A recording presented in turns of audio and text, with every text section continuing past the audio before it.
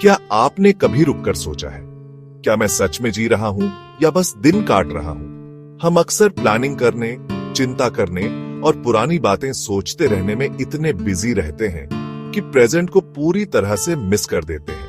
आरव भी हम में से कई लोगों की तरह हमेशा अपने ख्यालों में कहीं और रहता था, कभी पूरी तरह से प्रेजेंट में नहीं, हमेशा बेचैन या डिस्ट्रैक्टेड। एक शाम बहुत परेशान होकर उसने एक बुक उठाई, एक हार्ट टोल की the power of now. Book में एक आसान सा सवाल पूछा गया था, क्या आप पास्ट और फ्यूचर के बारे में अपने ख्यालों में जी रहे हैं या आप असल में अभी जी रहे हैं? आरव के लिए यह अंदर की एक जर्नी की शुरुआत थी, प्रेजेंट मोमेंट में लाइफ को डिस्कवर करने के लिए।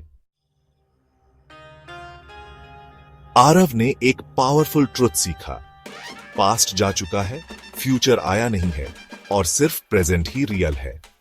उसने देखा कि उसका दिमाग उसे कैसे रिग्रेट्स और चिंताओं में घसीटता रहता है, जिससे उसका स्ट्रेस बढ़ता है।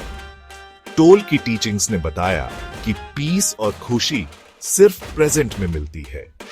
आरव ने छोटे छोटे मोमेंट्स जैसे चाय पीना का पूरा मजा लेना शुरू कर दिया, पूरी तरह से अवेयर रहकर। उसने रियलाइज किया कि हैप्पीनेस कोई डेस्टिनेशन नहीं है, बल्कि यह है कि आप हर मोमेंट में कैसे ट्रैवल करते हैं। प्लानिंग और लर्निंग अभी हो सकती है, लेकिन उन्हें अपनी प्रेजेंस मत चुराने दो। इस चेंज ने आरव की लाइफ बदल दी, अपनी सिचुएशन को बदलकर नहीं, बल्कि प्रेजेंट के साथ अपने रिलेशन को बदलकर।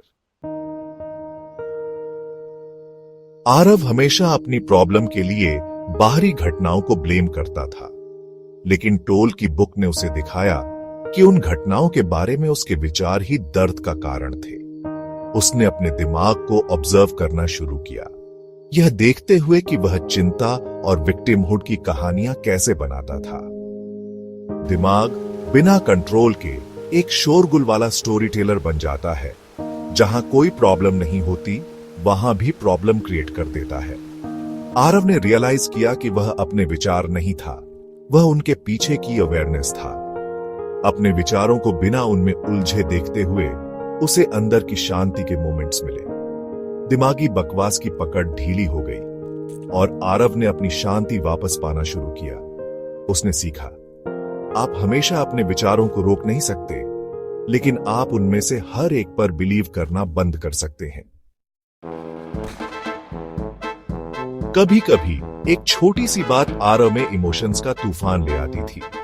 टोल इसे पेन बॉडी कहते थे, पुराना इमोशनल दर्द जो हमारे अंदर रहता है नेगेटिविटी पर पलते हुए। जब पेन बॉडी एक्टिव होती है तो वह हावी हो जाती है, जिससे हम पुराने घावों को दोहराते हैं।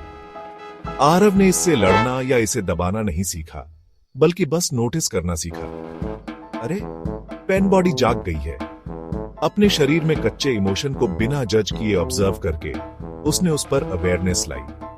पेन बॉडी प्रेजेंस की रोशनी में टिक नहीं सकती। ओन ऑब्जर्वेशन के हर साइकिल के साथ उसकी पावर कम होती गई। आरव अब दर्द नहीं था, वह अवेयरनेस था जिसने उसे देखा। समझना एक बात है, प्रैक्टिस दूसरी। आरव ने सिंपल टूल्स का यूज किया, अपनी सांस पर फोकस करना, विचारों को बादलों की तरह गुजरते हुए देखना और पूछना, इस मोमेंट में अभी क्या गलत है। उसने पाया कि ज्यादातर स्ट्रेस पास्ट या फ्यूचर के बारे में सिर्फ दिमागी शोर था। बार बार प्रेजेंट में लौटकर उसे ज्यादा जिंदा और शांत महसूस हुआ। यह जर्नी चैलेंजेस से भागने के बारे में नहीं थी, बल्कि प्रेजेंस के साथ उनका सामना करने के बारे में थी। उसके दिमाग का शोर शांत हो गया, उसकी जगह शांति ने ले ली।